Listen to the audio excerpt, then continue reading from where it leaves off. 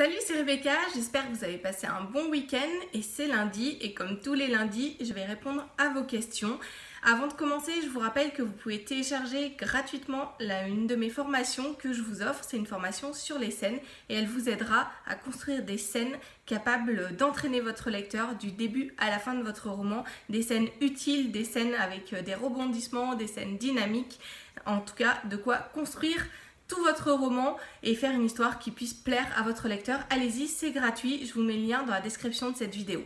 Alors aujourd'hui, je vais répondre à une première question et cette première question, c'est une question de Sabrina qui me dit « Bonjour, j'ai l'intention d'écrire un roman policier, je voulais savoir si c'est possible de faire uniquement le point de vue du méchant.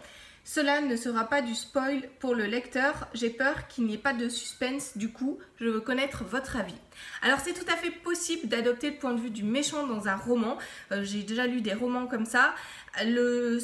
Peut-être le seul problème qu'il peut y avoir à ça, alors c'est peut-être pas tant au niveau du suspense, parce que le suspense il peut très bien se construire, même si on adopte, qu'on adopte n'importe quel point de vue, le personnage ne connaît pas tout ce qui se passe autour de lui, donc on ne sait pas forcément s'il va réussir, je sais pas si c'est un méchant à tuer sa victime ou etc. Il ne sait pas forcément ce qu'il va réussir à faire ou pas, donc c'est pas un problème au niveau du suspense, c'est peut-être plus un problème au niveau d'arriver à intéresser le lecteur, à permettre au lecteur parfois de s'identifier aussi au personnage principal. On n'est pas obligé de s'identifier à un personnage principal pour aimer un roman, donc voilà, mais c'est vrai que souvent en tant que lecteur on cherche un petit peu des choses qui vont nous plaire dans un personnage, donc faites attention si vous adoptez uniquement le point de vue du méchant, eh bien à faire un personnage qui soit capable d'intéresser votre lecteur, qui garde des zones, qui soit pas peut-être pas trop méchant, enfin pas que méchant, qui ait des côtés qui puissent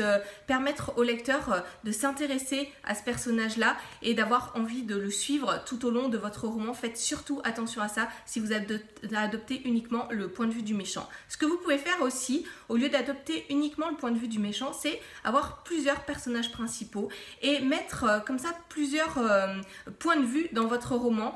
Et je trouve ça très très intéressant. J'ai lu énormément de romans qui faisaient ce choix-là et je trouve que c'est vraiment bien parce que non seulement ça vous permet de décupler le suspense en terminant un passage avec peut-être le méchant et puis de sauter sur la victime ou un autre de vos héros enfin voilà, il se passe autre chose, donc on ne sait pas trop ce qui va se passer, voilà, on a les deux points de vue. Ça permet aussi de faire des personnages peut-être plus équilibrés parce que on peut pas on peut du coup mettre, peut-être qu'on pense plus à mettre des côtés positifs, des côtés négatifs dans chacun des personnages et voilà, ça peut être une possibilité si vous avez envie d'adopter plusieurs points de vue, de faire cela et d'avoir à la fois le point de vue du méchant, à la fois d'autres points de vue, alors méchant entre guillemets, puisque on essaie de faire des personnages qui soient pas trop stéréotypés, mais voilà, c'est une idée si vous voulez écrire le point de vue du méchant. En tout cas c'est tout à fait possible, faites juste attention à ce qu'il y ait des éléments pour que votre lecteur soit content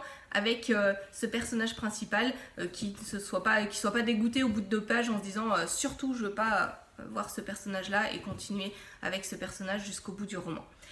Deuxième question, une question de Camille qui me dit qu'elle doit décrire une sensation qu'elle ne connaît pas dans son roman. Son personnage se fait électrocuter et comment faire parce que voilà, elle ne connaît pas cette sensation forcément et elle ne trouve rien sur internet par rapport à cela. Alors quand vous devez décrire quelque chose, c'est vrai que c'est bien quand on peut avoir vécu la chose parce que on sait quelles émotions elles nous ont procuré, et même si on ne reprend pas toutes les émotions par rapport à nous, comme la façon dont on a vécu la chose, eh bien on peut toujours s'en servir comme base pour arriver à écrire. Donc ça c'est vraiment sympa, mais comme dans toutes les histoires, on ne va pas simplement écrire des choses qu'on connaît, on va aussi écrire des choses comme ça qu'on n'a jamais vécues, qu'on ne vivra certainement jamais, en tout cas je vous le souhaite dans le cas de l'électrocution. Ce qu'on peut faire dans ces cas-là, c'est regarder s'il y a des expériences proches de cette expérience qu'on a vécu ou que d'autres personnes ont vécu.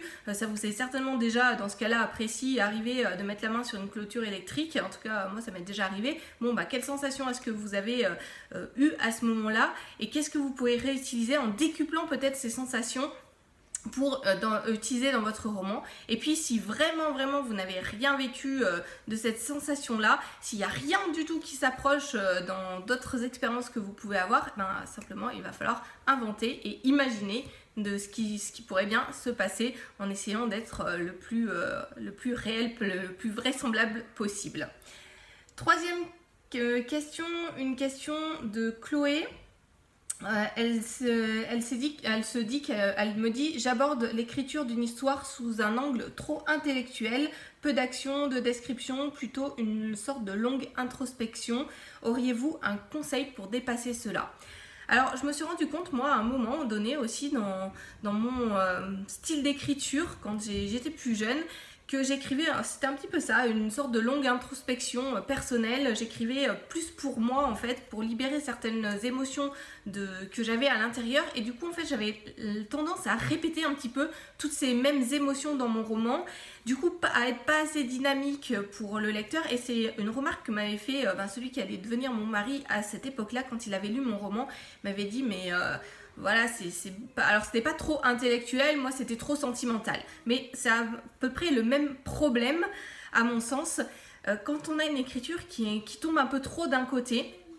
Comment faire pour s'en sortir et pour arriver à trouver un équilibre pour intéresser le lecteur? Parce que si on a quelque chose d'un peu trop lisse, eh bien, le lecteur ne va pas être captivé. Il faut qu'on trouve une dynamique pour arriver à l'entraîner du début à la fin de son roman. Alors ce que je vous conseille pour ça, c'est de ne pas simplement de regarder à vous-même, de vous demander quelles sont les clés pour intéresser le lecteur. Pas pour écrire complètement pour convaincre les autres en s'oubliant soi-même, mais pour trouver un équilibre. Alors, regardez comment on fait pour construire un roman, quelles sont les scènes clés qui vont jalonner ce roman pour construire une histoire dynamique. Regardez peut-être... essayez d'équilibrer, vous vous rendez compte, comme là, qu'il n'y a pas assez de descriptions dans votre roman, travaillez les descriptions à côté de votre roman. Je ne sais pas, prenez une photo et essayez d'écrire une description, renseignez-vous sur comment écrire une description et essayez d'en intégrer davantage dans votre roman. Je trouve que dans cette question, il y a déjà assez de recul pour se dire, voilà, il manque ceci ou cela dans mon roman. Et bien à ce moment-là, essayez de les intégrer. Essayez d'écrire peut-être des histoires un petit peu plus courtes et plus équilibrées. Faites lire aussi vos textes à des lecteurs pour qu'ils puissent vous donner des avis, qui vous disent tiens là il manque ceci ou il manque cela. En tout cas, il faut que dans un roman il y ait deux choses. À mon sens, si vous voulez vraiment que votre livre soit lu par d'autres, parce que si vous écrivez simplement pour vous-même et que vous n'avez pas envie de partager votre histoire, c'est absolument pas un problème qu'il y ait trop de choses intellectuelles ou trop de choses sentimentales. Mais si vous voulez partager votre texte, à ce moment-là, eh bien, regardez à mettre cet équilibre entre vos émotions à vous, ce que vous avez envie d'écrire, parce que c'est aussi libérateur d'écrire, et puis ce qu'il faut mettre pour arriver à convaincre votre lecteur, peut-être s'intéresser à la structure, peut-être s'intéresser à comment écrire une description et à en intégrer davantage. Voilà, essayez d'équilibrer les choses comme ça sur votre roman. Alors je vais simplement m'arrêter là pour les questions, parce que j'entends, voilà, vous savez, c'est vacances scolaires et j'entends mes 3 filles là-bas qui sont dans leur chambre et qui sont en train de s'agiter, donc je ne vais pas aller plus loin dans cette vidéo. Je vous rappelle que vous pouvez télécharger gratuitement la formation sur les scènes, et puis je vous retrouve bientôt pour d'autres conseils.